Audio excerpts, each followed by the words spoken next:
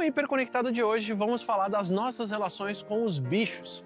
Eles desempenham diferentes papéis em nossas vidas e influenciam nossa cultura, nossa economia, nossas tecnologias e até a nossa espiritualidade. A gente descobre agora como isso acontece. Seja bem-vinda e bem-vindo ao Hiperconectado.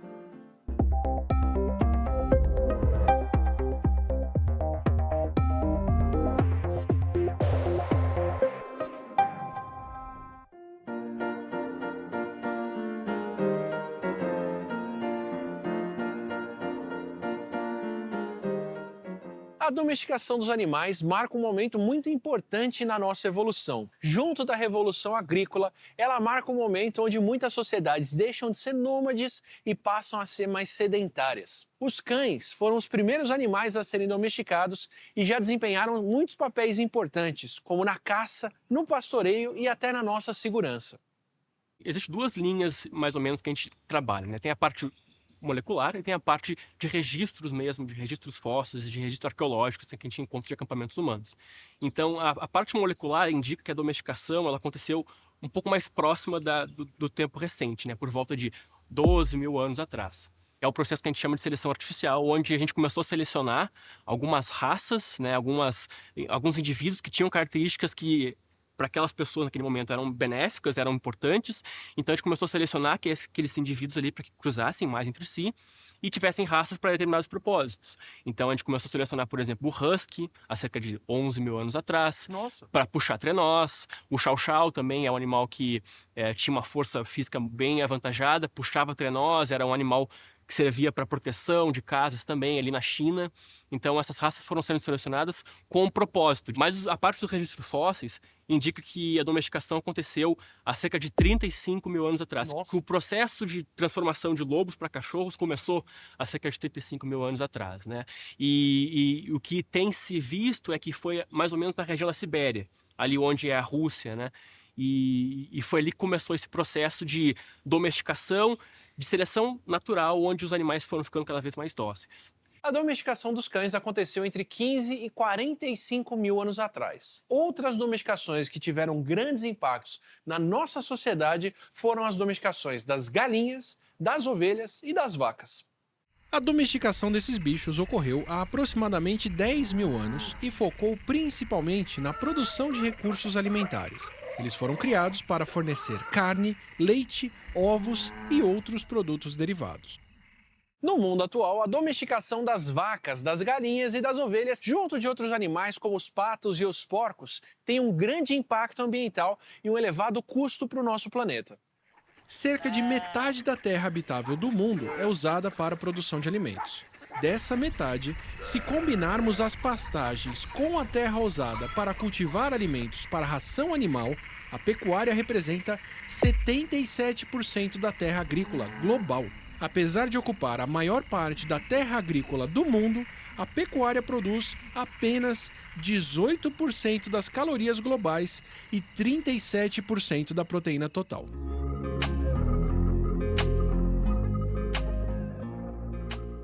A domesticação dos gatos impactou nossas sociedades e hoje em dia esses bichos ocupam hectares das timelines em redes sociais.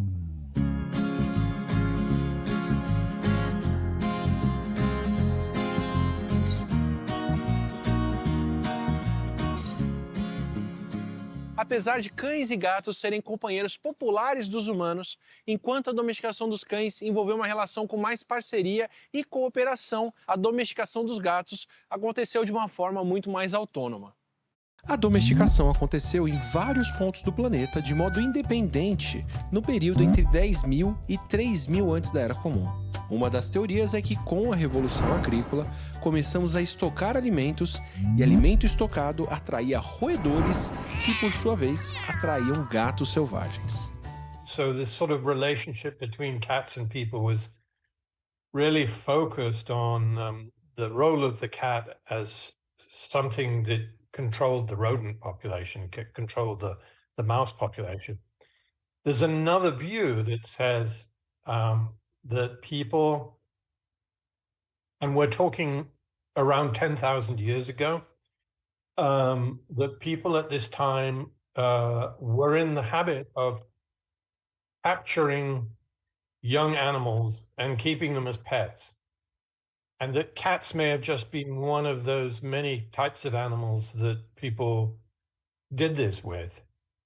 And that the existence of the rodents in the village simply gave the cat, so to speak, a reason to stick around after it became a mature adult. So instead of wandering off, it stayed in the village, and people then thought, oh, not only do we like this animal because it's our pet, but also it's useful. It's eating the mice. So you can look at it either way. Unfortunately, we don't have any record. O gênero Felis tem cerca de 8 espécies, das quais 4 são consideradas possíveis ancestrais diretos do gato doméstico: o gato africano, o gato europeu, o gato asiático e o gato do deserto chinês. Membros dessas espécies podem se cruzar com gatos domésticos e produzir híbridos férteis. Quanto realmente os gatos continuam independentes, selvagens, animais que não precisam da nossa companhia, ou quanto a gente não sabe interpretar o comportamento deles? A domesticação do gato, ela foi diferente da do cachorro. O gato, a gente domesticou para ele ser um animal que nos livrasse de pragas. Então a gente solta o gato e ele vai comer o ratinho, a barata, esses animais que a gente não quer perto das nossas comidas, das nossas coisas. O cachorro não, o cachorro a gente que fez. Nós fizemos o cachorro desde o começo. Então, nesse ponto, sim, o gato é um animal muito menos desenvolvido para os nossos interesses.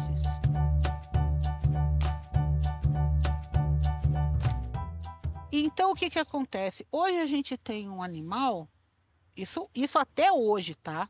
Hoje a gente tem um animal que está na casa da gente, ele gosta muito de carinho, ele aprende onde a gente prefere que ele fique, onde a gente prefere que ele não fique.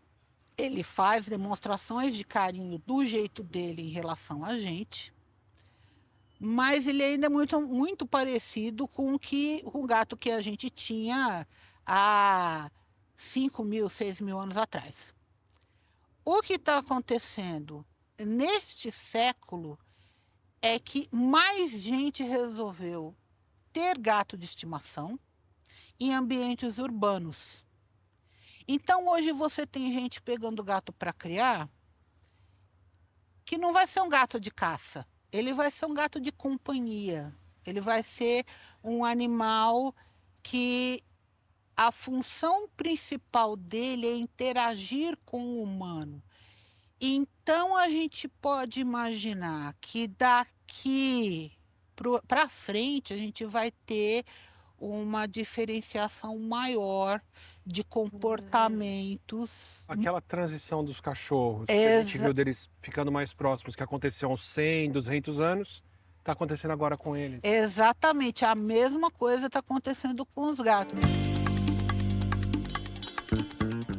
As relações entre nós humanos e outros animais são bastante complexas e vão muito além das características desses bichos. Elas dependem do contexto social, cultural e histórico onde isso acontece, também da função que esses animais exercem. Um exemplo bem interessante é a nossa interação com o pombo. O pombo já fez diferentes papéis e teve diferentes significados na história da humanidade. A família dos pombos consiste em cerca de 340 espécies distribuídas em 50 gêneros. O pombo mais comum tem justamente esse nome, pombo comum, mas também pode ser chamado de pombo das rochas ou pombo doméstico. A sua domesticação aconteceu há pelo menos 5.000 anos. Os pombos das rochas são nativos do norte da África, do sul da Ásia e do Oriente Médio. Além de terem sido uma importante fonte de proteínas, eles foram cruciais para a transmissão de mensagens, por conta da sua habilidade de voar de volta para o seu local de origem. Probably pigeons were also kept already for a long time as being messengers, but again, that is not really exactly known and clear when and why, because if you think about it, it's very straightforward, but most people don't realize a pigeon is only a good messenger if he flies home. So that means, simple example, 5,000 years ago, you were visiting some friends a couple of miles away, and obviously no phones, no nothing. Yeah, can you let us know when you're home safely, because it's a dangerous route and we like to know when you're home safely. How do you do that? You take one of the pigeons from your friends where you visited, you go home. By the time you're home, you put a little note on his leg and said, "I'm home safely," and you release the pigeon, because the pigeon flies back to his home. It's not the other way around, that somebody says from, "Oh yeah, I want to tell my friend whatever I want to tell him, so I get myself a pigeon, put a note, and tell my pigeon to fly to my friend." No, that's not how it works. A pigeon only flies back to his home. But nevertheless, in the past, and that was not in the early domestication, I reckon, in the past there were whole structures how pigeon post was organized. And in the early days of stock markets and making money, pigeons were used. In the early journalism, pigeons were used because, yeah, that was the quickest way to get news from one place to another. So that meant that journalists, but also people from stock market, did take pigeons with them to release with a note as soon as there was something to mention. No próximo bloco, a gente segue falando da nossa relação com os animais. Vamos ver algumas interações indesejadas com alguns e modificações que nós já causamos em outros bichos. O Hiperconectado já volta.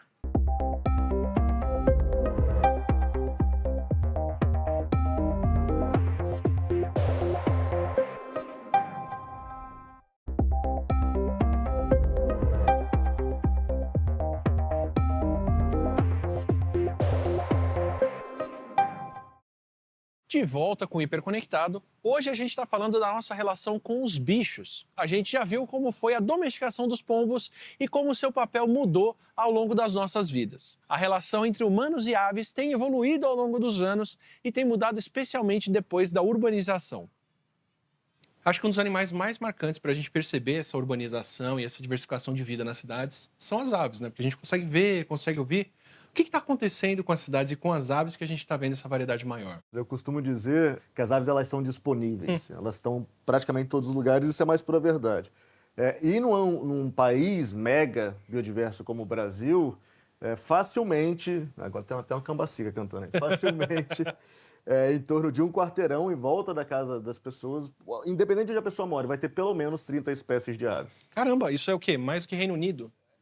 Se você comparar com outros países, é muito grande, mas se você tem um parque, se você mora numa rua arborizada, você pode botar 60 espécies. Se você tem um parque mais arborizado perto da sua casa, facilmente você vai ter 120, 130 espécies de aves. Caramba. Então as aves estão ali, só que geralmente é um mundo um pouco invisível não só invisível, mas as pessoas não observam. É legal que observar, a gente fala de observação de aves, as pessoas acham que observar é sinônimo de ver. Observar não é sinônimo de ver, observar é sinônimo de prestar atenção.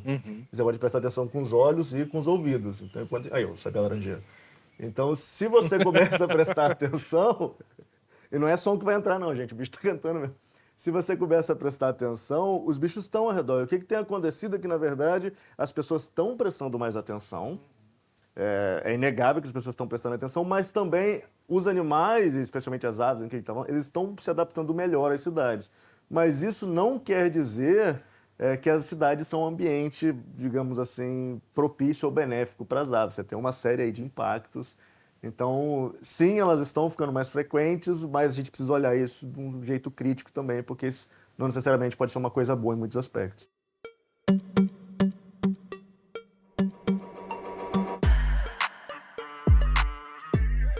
A urbanização e a superpopulação nas cidades levaram a uma mudança na percepção dos pombos, que passaram de companheiros e figuras míticas a pragas urbanas. They are not used for food anymore, they are not used for communication anymore, then we start to despise them more because they are not as useful as they once were. Yes, that's correct, unfortunately. The only purpose now for pigeons is pleasure, I would say. Exhibitions, keeping them simple in your garden for fun, pigeons for racing. You can earn some money with that if you do it right. But I guess most people have forgotten about all those functions, all those reasons why we kept pigeons. And seeing that, of course, especially in towns, in cities, they might become a bit of a pest. but it's also our fault and not the pigeon's fault. I mean, there is food, they breed. The funny thing is a pigeon lays only 2 eggs at a time and has only 2 babies at a time, but they do it very often. So at the end of the year, you still have a lot of baby pigeons. People think they're a nuisance. People think they're dirty. They don't have more diseases than any other wild bird, to be honest. So yeah, I would say half of the city population probably loves them and the other half hates them. A gente vê esses bichos sujos, é normal, né? Porque ele entra em contato com essa coisa. A cidade é um lugar que é bastante... não é fácil viver nas cidades. Eles são geralmente gregários, né? Então se reproduzem muitos casais junto, né? E daí faz sujeira, né? Então o pessoal acaba associando com coisas ruins.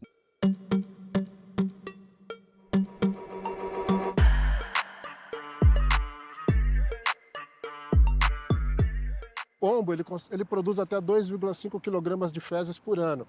Então, isso acumulando, né, em monumentos, por exemplo, essas fezes têm conteúdo muito ácido, acaba corroendo, principalmente mármore, por exemplo, né, estruturas metálicas, bastante corrosivo. Afora isso, assim, a questão da saúde ela é muito importante, porque onde os pombos eles fazem ninho, onde eles se abrigam, por exemplo, interior de forro, locais confinados ao abrigo da luz do sol, por exemplo, as fezes em acúmulo, elas acabam virando um meio de cultivo para uma série de patógenos, fungos, bactérias.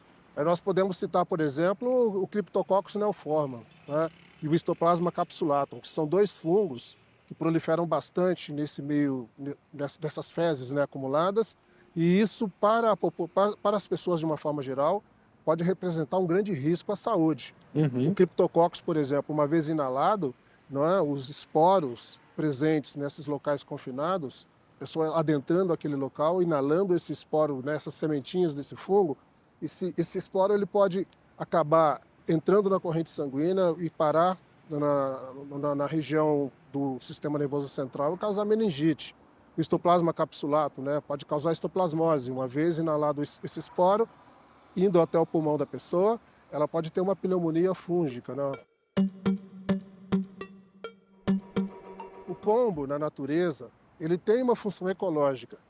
Ainda que ele esteja em ambientes urbanizados, ele tem uma certa função ecológica. O pombo, por si só, ele pode se alimentar de sementes, de pequenos frutos e até de insetos. E ele se alimentando, né, dessa comida natural, ele acaba ficando mais saudável.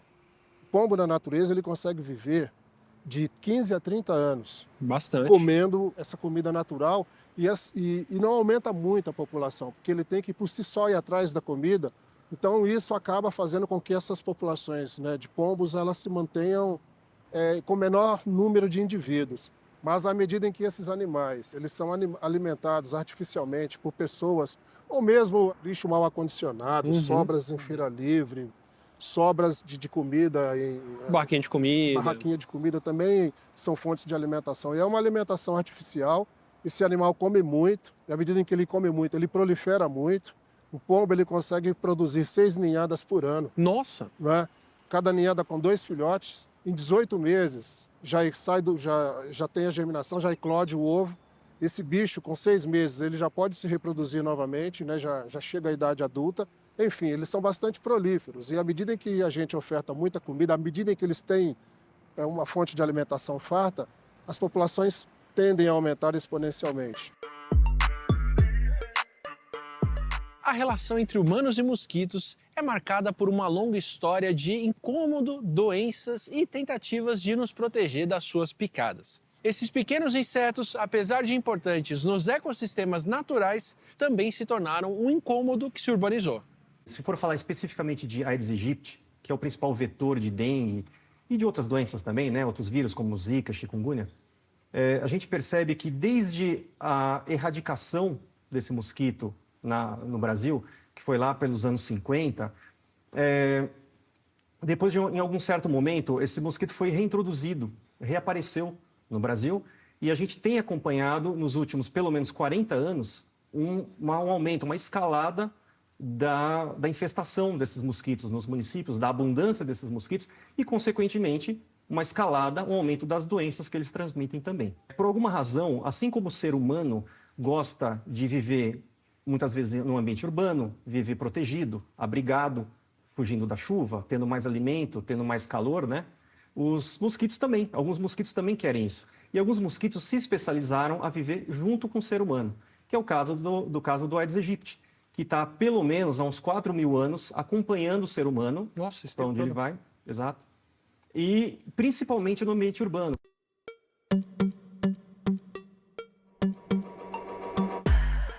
Assim como no caso dos pombos, a nossa relação com os cães mudou muito ao longo do tempo e teve grandes consequências para os nossos companheiros. Com a domesticação dos cachorros, nós passamos a interferir na evolução natural dessa espécie. E no século XIX, a nossa interferência, a nossa seleção artificial se tornou muito mais intensa e mais parecida com o que nós conhecemos hoje. Os cachorros deixaram de ser ferramenta de trabalho e passaram a ser objeto de consumo. Essa pressão e essa criação de novas raças recentemente teve grandes consequências para a saúde desses animais. 25% of Bernese Mountain Dogs will go on to get a cancer called histiocytic sarcoma. And anyone who gets it will die of that disorder. When you think about bladder cancer, it's a really big problem for Scottish Terriers. Their chances of getting it are 22-fold higher than the average mixed breed dog walking down the street. And then you can say, okay, Scottish Terriers, they have a lot of bladder cancer. Well, hey, so does the West Highland White Terrier, and that's a terrier, and it's closely related. So let's add that in there and see if it's the same underlying genetics. But there may be a different breed, like the Shetland Sheepdog. That has a lot, but it's not really very closely related. So we're going to think about that separately because it's probably going to be a different set of genes. Now, in human genetics, you don't get to do that. You don't get to say, okay, these populations together, this one separate, this one here. Yeah, we don't come with labels, but dogs come with labels in the form of breed. That is their label.